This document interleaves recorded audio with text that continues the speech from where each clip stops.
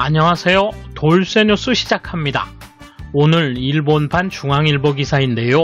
제목은 한국 주가 상승 계속, 처음 3,300 돌파입니다. 한국 증시가 상승세를 이어가며 사상 처음으로 코스피 지수 3,300을 넘었다는 소식이 일본에 전해졌는데요. 누리꾼들이 나름대로 향후 전망을 쏟아내며 분석에 바쁘군요. 기사 내용과 누리꾼 반응 차례로 보겠습니다. 통크신 구독, 좋아요.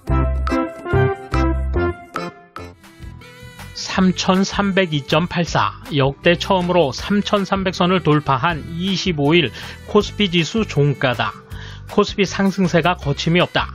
연초 3,000시대를 연 이후 3,100, 3,200선을 차례로 뚫더니 처음으로 3,300선 고지를 밟았다.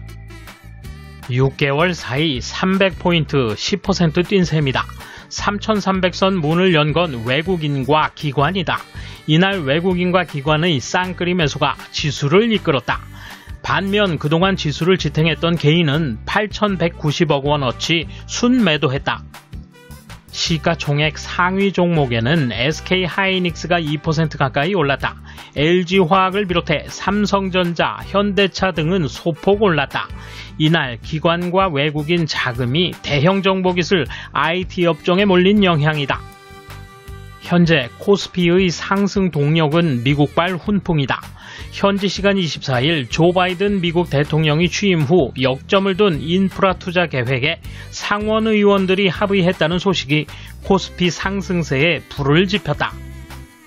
AP통신 등 외신에 따르면 이번에 합의된 금액은 9,530억 달러, 약 179조 원에 이른다.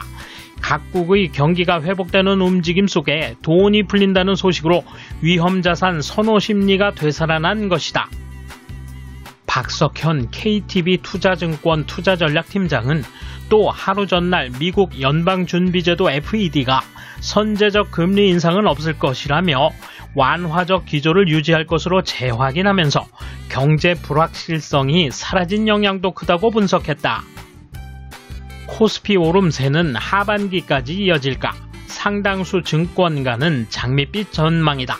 상승 재료로 꼽는 건 기업들의 깜짝 실적, 즉 어닝 서프라이즈이다. 박석현 연구원은 2분기 실적 발표를 앞두고 기대감이 상당히 높다며 기업들의 깜짝 실적으로 주가가 우상향하는 움직임을 이어갈 것으로 봤다. 이경민 대신증권 연구원도 대형 기술주 중심으로 실적이 뒷받침되는 성장주가 증시의 상승세를 견인할 것이라고 말했다. 하반기 목표 코스피 지수는 3,630선을 제시했다. 이에 대한 일본 누리꾼 반응 보실까요? 자, 언제 무너질까요? 조금이라도 터지면 댐이 무너지듯 일거에 무너져 내립니다. 빚을 내서 주식을 사는 사람들은 영향을 받죠.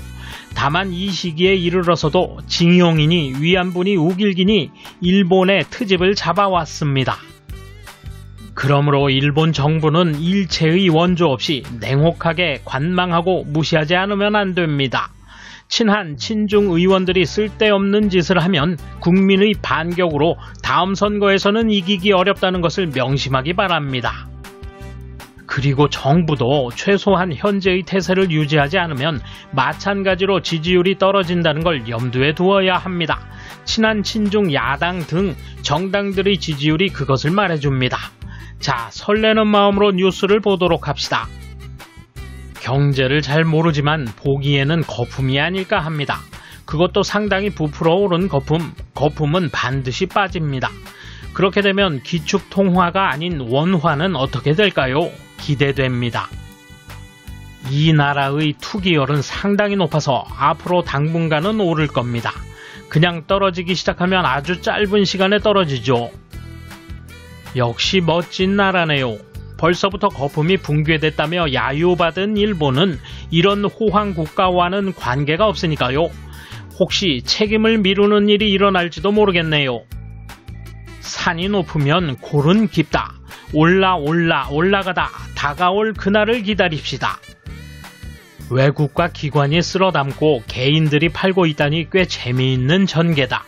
개인이 승리하고 도주하는 걸 허락하는 건가? 아니면 다시 개인 구매를 권유할 것인가? 관전하는 입장에서 기대가 됩니다. 한국 운운할 것 없이 외국인과 기관이 빚진 개인에게 당하면 그것으로 재미있다. 실업률은 높고 주가가 상승한다는 것은 버블이 틀림없지만 터질 때까지 버블은 아니다. 터질 만한 요소는 가득한데 말이야. 미국의 금리 인상, 미국과의 환율 스와프 기한, 한국의 금리 인상, 국채 상환, 빠르면 9월쯤 시작한다. 잘못되더라도 일본은 통화 스와프 요구에 손을 잡아주면 안 된다. 무서운데 신문이 이런 걸 쓸 때 위험을 생각했으면 좋겠다. 개인이 읽고 다시 주식 투자로 향할라. 사다리를 빼앗기고 폭락에 좌절한 개인은 큰 빚을 지고 있다는 사실을 고려하지 않는 것일까?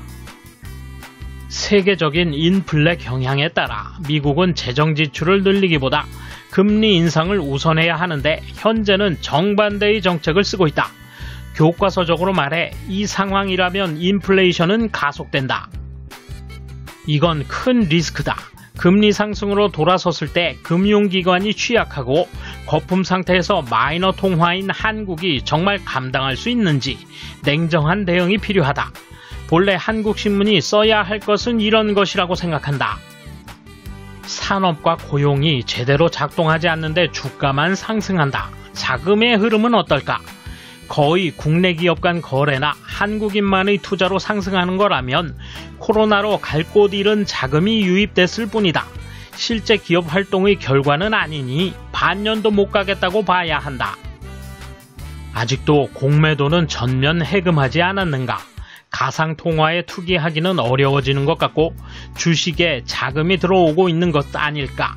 실태에 맞지 않는 시세라면 언젠가 가격이 제자리를 찾겠지.